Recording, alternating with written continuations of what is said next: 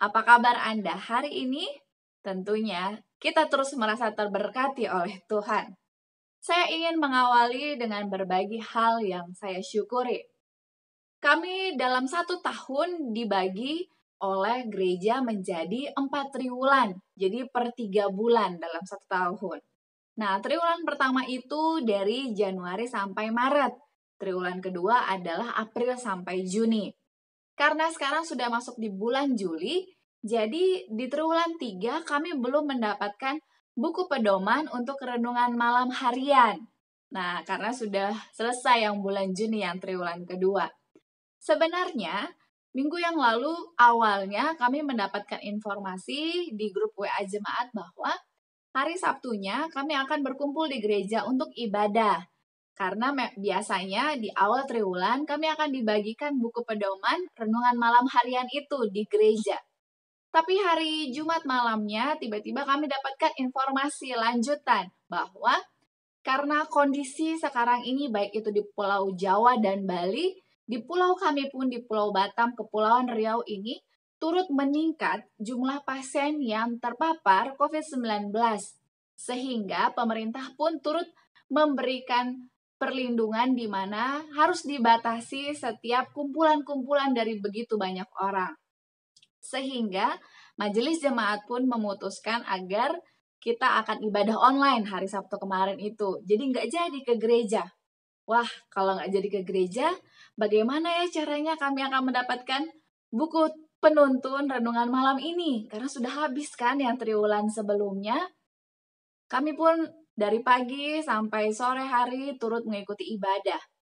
Puji Tuhan, malam harinya saya melihat ada mobil yang parkir depan rumah. Ternyata ada seorang ibu dari anggota majelis yang menyampaikan buku pedoman yang kami perlukan untuk triwulan yang ketiga. Inilah bukunya, judulnya Sepanjang Triwulan Ini adalah Istirahat dalam Kristus. Inilah hal yang saya syukuri bagaimana Tuhan menjawab doa pergumulan kami sehingga kami pun boleh memiliki buku renungan malam harian untuk triwulan ini.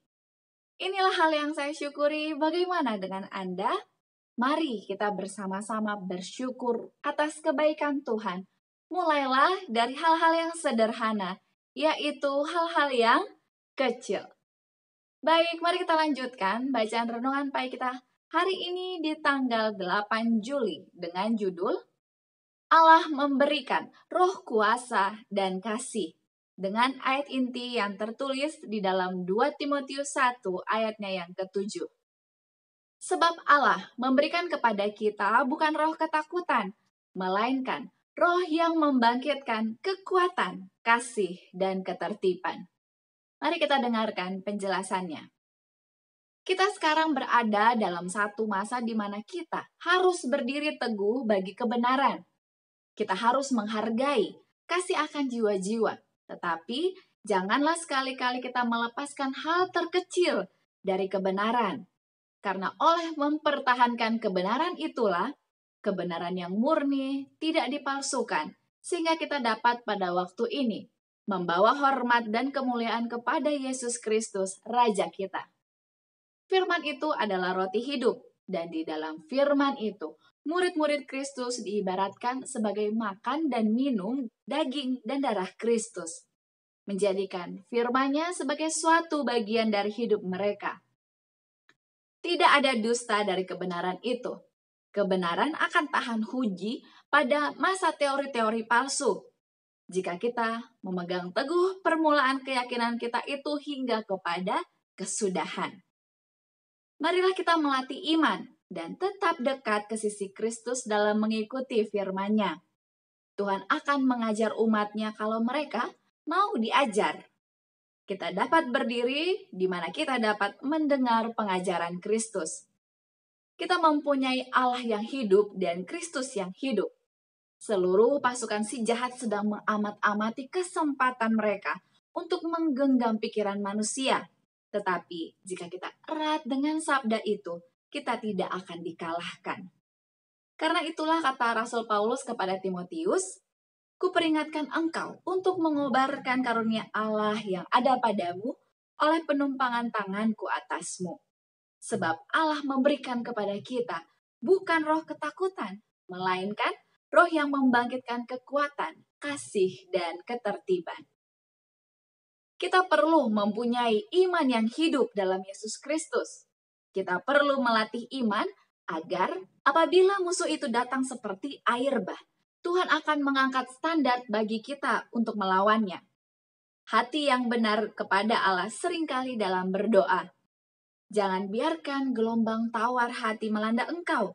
Kita harus menyerahkan segala pikiran kita dengan merenungkan tabiat dan pekerjaan Allah mengajarkan perkataan Kristus. Hendaklah engkau baik dan perkasa. Biarlah keberanian hatimu dan ketergantunganmu yang terus-menerus pada Yesus Kristus menginspirasi kepercayaan orang lain dan meningkatkan iman serta pengharapan. Aplikasi bagi kita hari ini, mari kita semakin dekat erat dengan Yesus, di mana Tuhan telah mengingatkan kita kembali bahwa tidak ada roh ketakutan yang Tuhan tanamkan dalam hati pikiran kita, tetapi roh keberanian, kasih, serta ketertiban.